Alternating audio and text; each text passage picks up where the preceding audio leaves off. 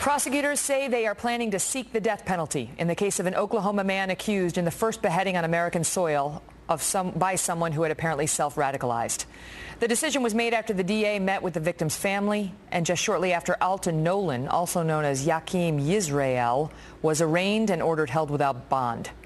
Yisrael, a recent Muslim convert, is accused of beheading a coworker and attempting to behead another woman. He asked the judge if he can be represented by a Muslim attorney. The judge's response, we'll see. The FBI is currently investigating last Thursday's attack, which followed a series of high-profile beheadings, of course, by the terror group ISIS. In public, the mosque Yisrael worshipped at has denounced his alleged actions. But the mosque has also refused to speak with the Kelly File after initially agreeing to an interview. Watch this. It seems that we're getting the runaround. It's not a runaround. We're not doing any interviews. We're not speaking to anyone. We're stopping all media interviews. We're stopping everything now.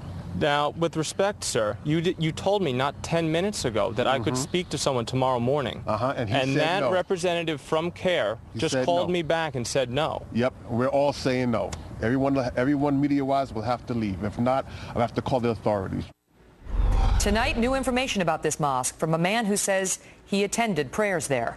We are protecting his identity at his request, and for the interview's purposes, we will call him Noor. Noor, thank you for being with us tonight. So you attended this mosque, the very same mosque where Alton himself, Yisrael, attended. And what did you observe? I observed the teachings of Islam. It took 2 years to learn what I know about Islam today. To the public, the mosque will not promote terrorism or any kind of radical acts, but when they're among friends and congregants only, they will promote the true teachings of Islam, which include the offer to non-Muslims, the choice rather, that you must convert, live under Islamic rule, or be fought against. Jihad fi sabilillah, jihad for the sake of Allah. So behind closed doors, you felt that the mosque was much more radicalized than they let on to the general public. Well, let me tell you what they say now. They have come out in response to this beheading and condemned it. They say that their hearts and prayers go out to the victims, and they have expressed condemnation of his behavior and said he does not stand for Islam. They'll say that to any media presence. However, when I was attending the mosque, I was specifically told, for example, concerning suicide bombings in Israel, that we do support these acts because, as it was told to me, this is the only weapon the Palestinians have, but do not mention this to the media because they would not understand.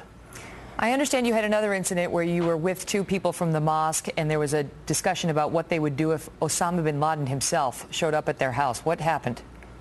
That's correct. I had two friends at the mosque. One of them is now an imam. His name was Yahya Graf, and the other one was named Jihad Rashad. Both of them at the time attended the Islamic Society of Greater Oklahoma City. I'm unaware of where Yahya Graf is now. The last I heard, he was either in Houston or in Cairo, because I know that he, along with Sohaib Webb, both studied at Al-Azhar University in Cairo. Both of the subjects, the men, told me that if Osama bin Laden came to their door, they would invite him in and protect him because he was a brother Muslim, and we must protect him from those that don't believe. Did they ever discuss the subject of beheadings? Was that ever discussed? The only time that beheadings were discussed was in the means of which you confront the infidel, as it is related to in the Quran, that when you meet the unbelievers, you should smite at their necks. That was a quote that was actually also on this defendant's Facebook page, which we saw ourselves. Now, did they talk publicly, I mean privately behind closed doors, about the need to act differently in front of the media? You made reference to that. Absolutely. There's a teaching in Islam called taqiyya, which is deception. Muhammad, the prophet of Islam himself, even said that war is deception. And the reason that they are so deceptive is that when they cannot do jihad physically, They attempt to do jihad by means of stealth, by endearing themselves to the media, endearing themselves to government, endearing themselves to the American people to slowly work their way in. But they all believe in their religion, which teaches that, according to the hadith in Sahih Muslim, that when you approach the non-believers, you must offer them a choice to convert, to live under Islamic rule and pay the jizya or poll tax and live in submission, or you will be fought against, which is jihad fi sabilillah, which is what you see now with ISIS and Al-Qaeda and various other groups throughout the world. But clearly this can't be true of everyone who attends this mosque. I mean, they can't all be this radical. Absolutely, not everyone. As Ayan Hirsi Ali has said herself, a Muslim will choose how much of their religion they wish to practice. However, the people that told me, the person that told me rather, about the concept of jihad and the choices that must be offered to non-Muslims was Imam Sohaib Webb, who was the old imam at this mosque? Yes, and he is now currently the imam of the Islamic Society of Boston. Which is where the Tsarnaev brothers were going, the elder. That's correct. Okay, and he sounds like he is, this is him, this is a picture of him on the screen.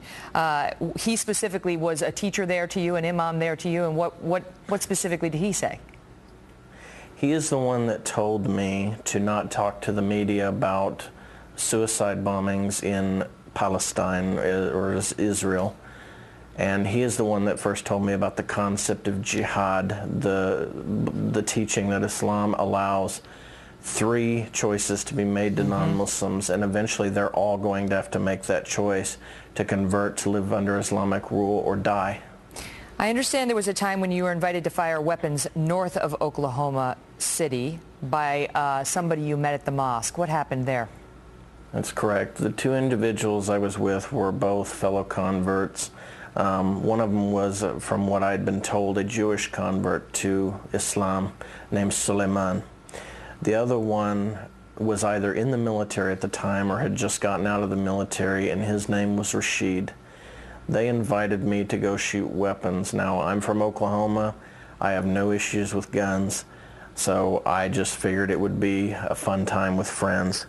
However, when we got up there and we put out the targets, Suleiman said, well, this target is going to be George W. Bush, this target is going to be Ariel Sharon, and I don't remember what the other ones were, but they were famous people that were considered enemies to the faith. I know you left the mosque because you felt it was too radical, and you've been back from time to time in more recent years. When was the most recent time?